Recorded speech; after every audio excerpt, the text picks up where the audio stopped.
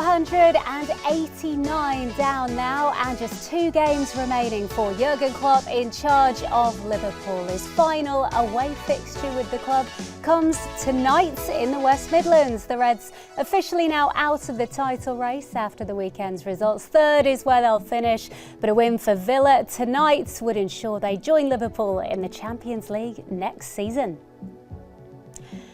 All of the action tonight gets underway at 8 o'clock UK time, and we will bring you live audio commentary of every single kick right here on LFC TV and LFC TV Go.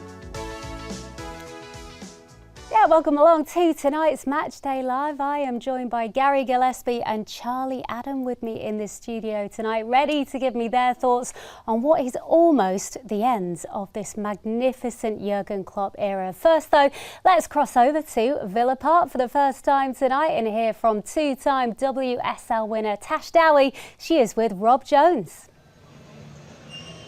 Thank you very much indeed. Welcome to Villa Park, where summer has been and gone. It was nice that 2 days, wasn't it? But it is chucking it down here in Birmingham. Tash Dowie is alongside me at the start of what is going to be a very emotional week. Yeah, absolutely. I was getting emotional last game, against Tottenham. I had tears in my eyes when the crowd was singing "You'll Never Walk Alone."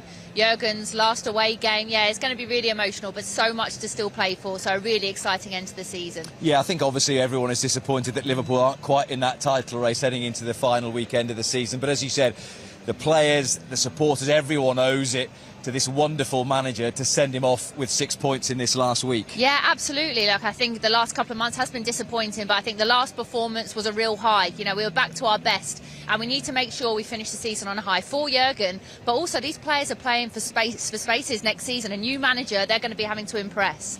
Yeah, and it's a big game as well tonight for Aston Villa, who are one win away from securing Champions League football for the first time, so they will certainly be motivated, even given the disappointment for them of going out in the Conference League last week. Absolutely, 100%. Having lost their last 3 games, like you said, exiting Europa, it's tough, but they've got history to make. They want to make Champions League. They haven't been involved in that since the Champions League started, so it's huge. And what a season they've had, and what Unai Emery has done with this squad. And it's going to be a tough game for Liverpool today, but I'm really excited to see how it pans out.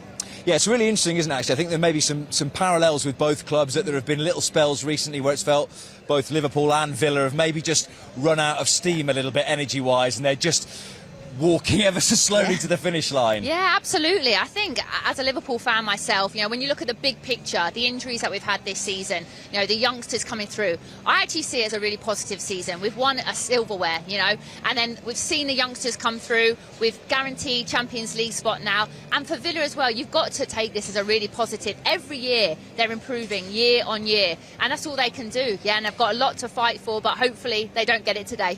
Yeah, and interestingly, the perception's a really interesting thing, isn't it, that you talk about Liverpool have a trophy, and had the manager not been leaving, I think we would all be looking at this really positive at the start of the journey, but because everyone was so desperate to send Jurgen off with more than one trophy, there has been the odd tinge of disappointment in recent weeks. Yeah, absolutely, you're spot on. I think what Jurgen's done for the club, the success he's brought this club, the feel-good vibe, but I do think sometimes as football fans, you have to step back and have a look at, remember last season, how disappointing that season was. It wasn't really fun to watch Liverpool play much last season. This season, it's been fun. We've had more smiles on our faces than sad times. So I think, take a step back, and I'm really proud of what the boys have achieved this year. Well, Jurgen Klopp will be hoping for something similar to his first ever visit to Villa Park.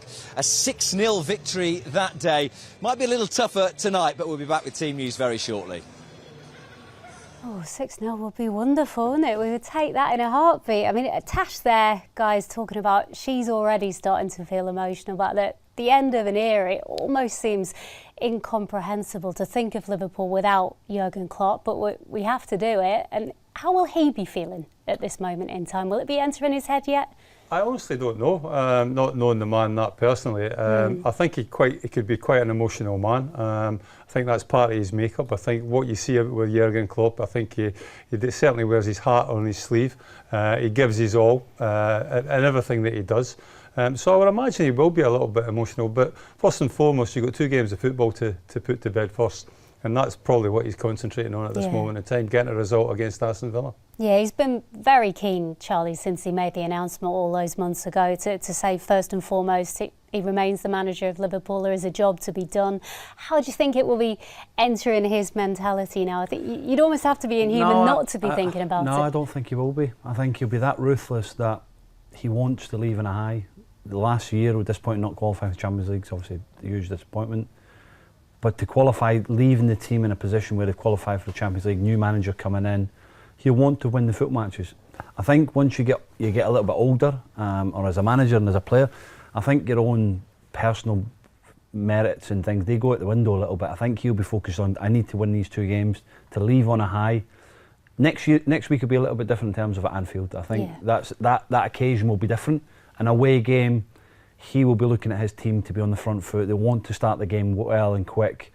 There's been a lot of early goals in the last 4 games of when these teams have met at Villa Park. So it'll be not a business as usual, I think, for Jurgen and the staff. You know, the game at the weekend will be different, but he'll want to win. He'll want to get 6 points in the last 2 games and enjoy the moment. Yeah, we're seeing footage there of the boss and the squad as a whole arriving at Villa Park tonight. I mean, Gary's neutrals looking at this game. You know, Rob touched on it there. Obviously, Villa, there's a lot on the line for them tonight. If they win, they know that they are guaranteed to join Liverpool in the Champions League next season. But as Charlie says, there is a lot for this Liverpool team to play for. It's not just about league position, which we know is guaranteed to be third, but there's pride. The boss wants to get over the 80 points margin as well, and finishing strongly as well surely stands you in good stead for the start of next season too. Well, a lot of these players will be probably looking at it and thinking, well, there's a new manager coming in regardless at like the beginning of the season. I would be looking over my shoulder and thinking, well, I've got to impress the new manager first and foremost. But when I say first and foremost, we want to send Jurgen out with a really high and perform for him first and foremost.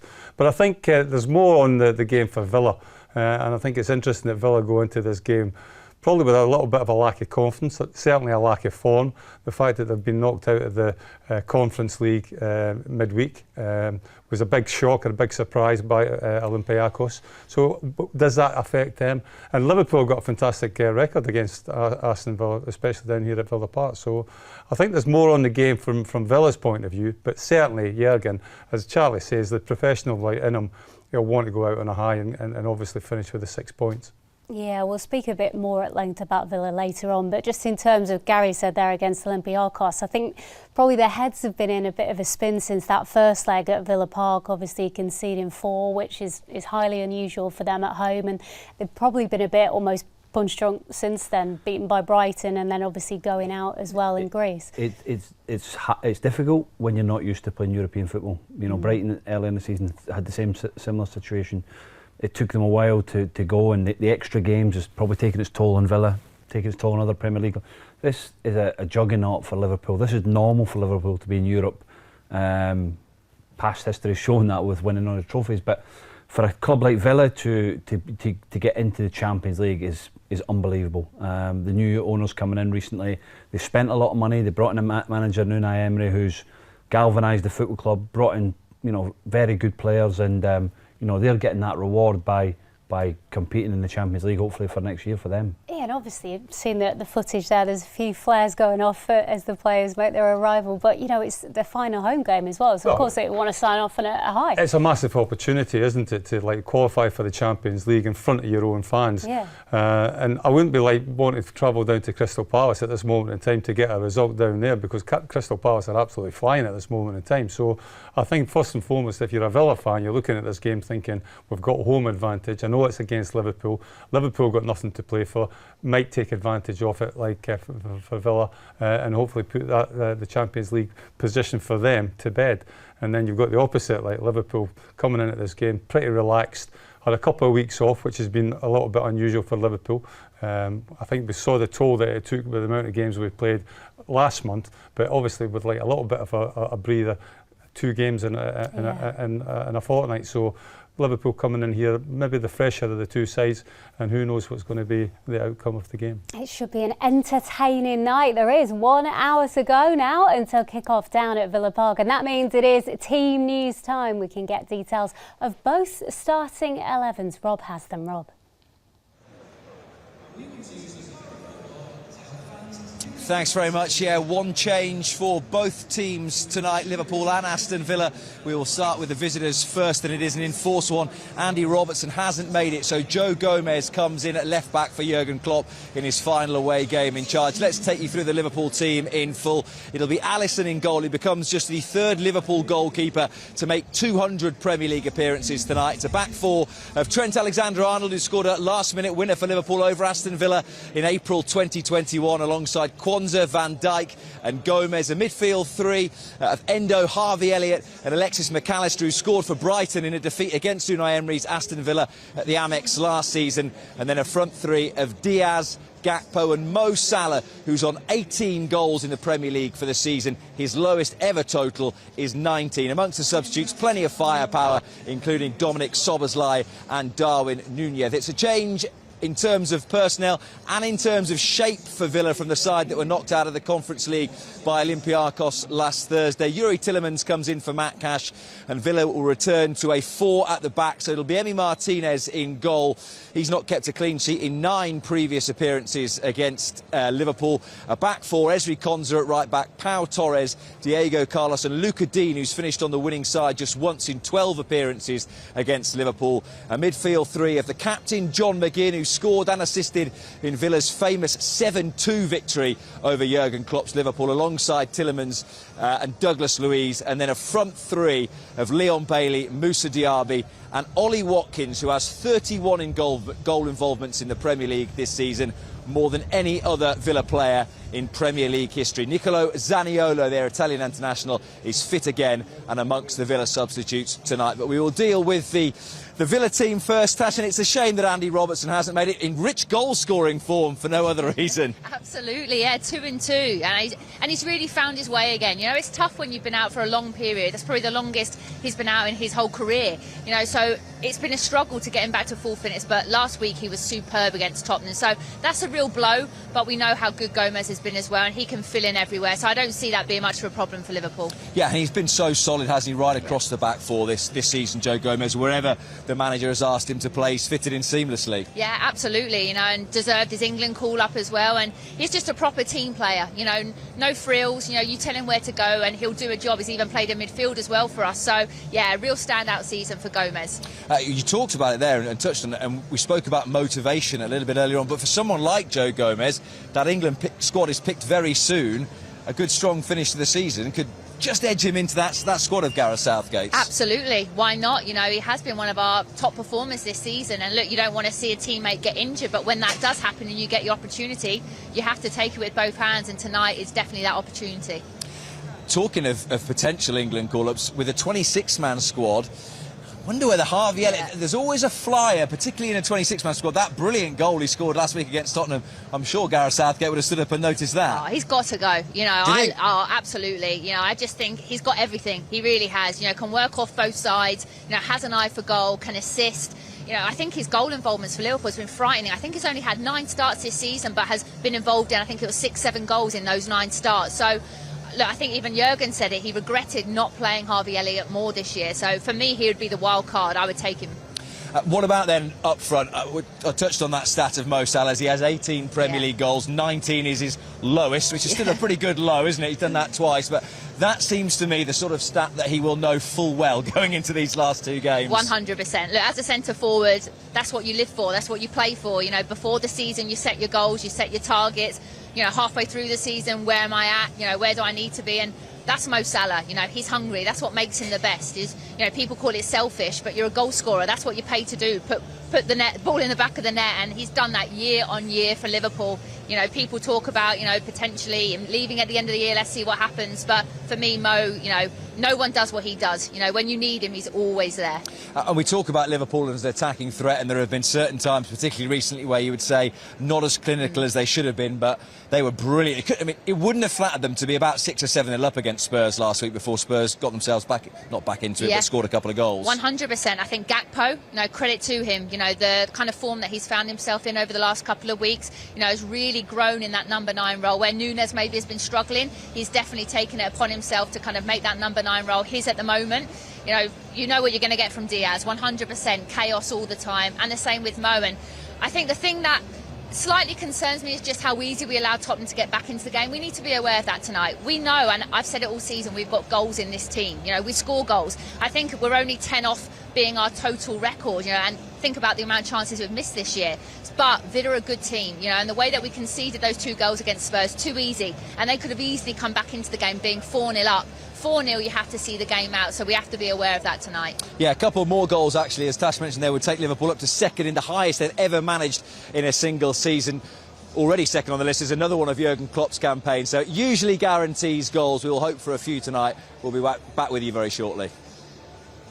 Thank you very much, guys. Let's just refresh you then of that Liverpool starting 11 to take on Aston Villa this evening at Villa Park. And just the one change, as we say, in comes Joe Gomez for Andy Robertson, who's not in the squad tonight. So you would assume, we don't have any official confirmation, but that might be an injury for Andy Robertson. We'll obviously try and find out a little bit more about that over the course of the evening. But I think just the one change, Gary, is tantamount to how well they did against Tottenham in the last game, really. The boss impressed with what he saw. Well, it's unfortunate for Andy Robertson because he's going for 3 in a row, isn't he? Like goals-wise. Yes. And he scored in that 2019-20 game late on, didn't he, as well? So he's got a goal-scoring record against Aston Villa, so sadly missed. But no, I think Liverpool, they've got a strong squad at this moment in time. I think more or less everybody fit, apart from Diogo Jota.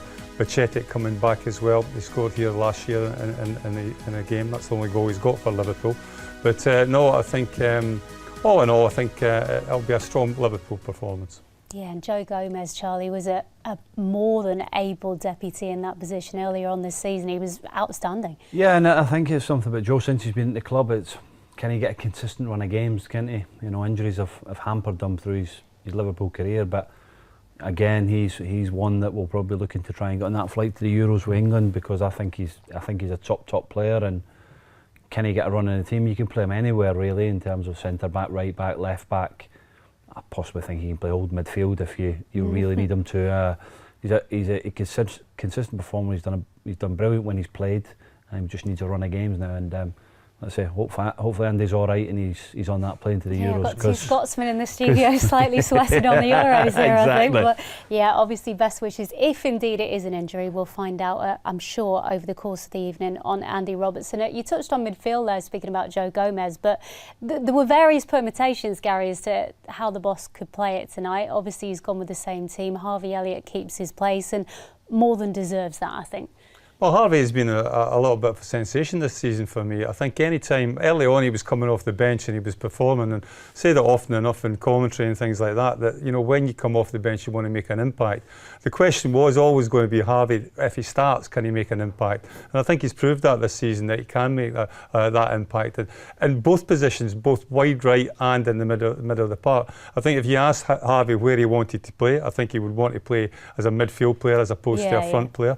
But his energy and his enthusiasm rubs off on people, and that's kind of like what he brings to the team, that energy down that right-hand side, whether he's playing in midfield or whether he's playing in that wide right position, and obviously chipping in with a couple of goals as well. His goal against Spurs was like top draw. Yeah. You know, I mean, you could have 5 goalkeepers in there, they weren't saving it, it was right in the top corner. And he's produced these performances on a regular basis where maybe like a season ago he was coming in and doing a little bit of like that and then maybe not being as consistent. But I think with age and experience, and you forget he's played over 100 games I think for Liverpool now already, which is phenomenal for a guy of his age, and the fact that he was out injured and missed quite a lengthy spell of his Liverpool career. So no, all power to Harvey Elliott, and they were talking whether he was going to go to the Euros. I don't think he'll quite manage the Euros, but certainly this season I think he's stepped his authority on this team, and I would be surprised if he doesn't have a big part to play next season. Yeah, he keeps his place tonight, Harvey Elliott, as does Jarell Quansah, Charlie. There was talk maybe Ibu Konate would come back in, but the boss again has stuck with Jarell, and once again is the easy option to leave him out, but Jurgen trusts him, and that's the big thing. If he trusts you and you play him well, then you get your opportunity. But it comes down to Quansah's performances, allowing him, you know, playing well, driving into midfield. I seen him against Man City not so long ago, and he was excellent. So it's down to him, you know, keeping an international player of Konaté's quality, a French player at the team. But again, when you're in the positions, you have to play well, because you know that there's somebody there breathing down your neck. And And these young players have been given the opportunity and they deserve to stay in the team because of their performances. Okay, thanks guys. We are about to leave those of you watching us on social media right now, but if you do want to stay with us, and why would you not, for more build-up details of how to subscribe to LFC TV and LFC TV Go online right now, go to liverpoolfc.com/watch. Now, still to come, we'll hear from both managers and we will bring you an interview as well with Luis Diaz. Commentary of every kick is on its way at 8 o'clock this evening. That is before the Matchday reaction, which starts at 10. And that show is also available for you as an official now LFC podcast later on. At midnight, the full match will be shown on LFC TV and will be on demand on Go as well. And do always look out for Inside, very entertaining, that one landing on the club's official Facebook and YouTube pages on Wednesday. That has some of the best behind the scenes footage of tonight's events down at Villa Park. So Liverpool taking on Aston Villa for the 203rd time tonight. It's Jurgen Klopp's last away game in charge of the Reds, and more build-up is on its way for you after this break. Don't go away.